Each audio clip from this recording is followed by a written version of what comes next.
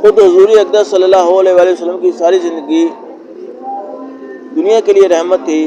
آپ کی زندگی کا ایک ایک واقعہ اس کی شہادت دیتا ہے۔ امت کے لیے ضروری ہے کہ حضور صلی اللہ علیہ وآلہ وسلم کی زندگی کے واقعات کی تحقیق کرے اور اس کا اتباع کرے۔ حق تعالی شانہ کا پاک ارشاد ہے جس کا ترجمہ ہے، اور ہم نے آپ کو اور کسی بات کے لیے نہیں بھیجا مگر دنیا جہان کے لوگوں پر مہربانی کرنے کے لیے۔ حضرت ابن عباس رضی اللہ تعالیٰ عنہ اس آیت شریفہ کی تفسیر میں فرماتے ہیں کہ جو لوگ حضور صلی اللہ علیہ وآلہ وسلم پر ایمان لے آئے ان کے لیے تو آپ کا وجود دنیا اور آخرت کی رحمت ہے ہی، لیکن جو لوگ ایمان نہیں لائے ان کے لیے بھی آپ کا وجود اس لحاظ سے رحمت ہے کہ وہ پہلی امتوں کی طرح دنیا کے عذاب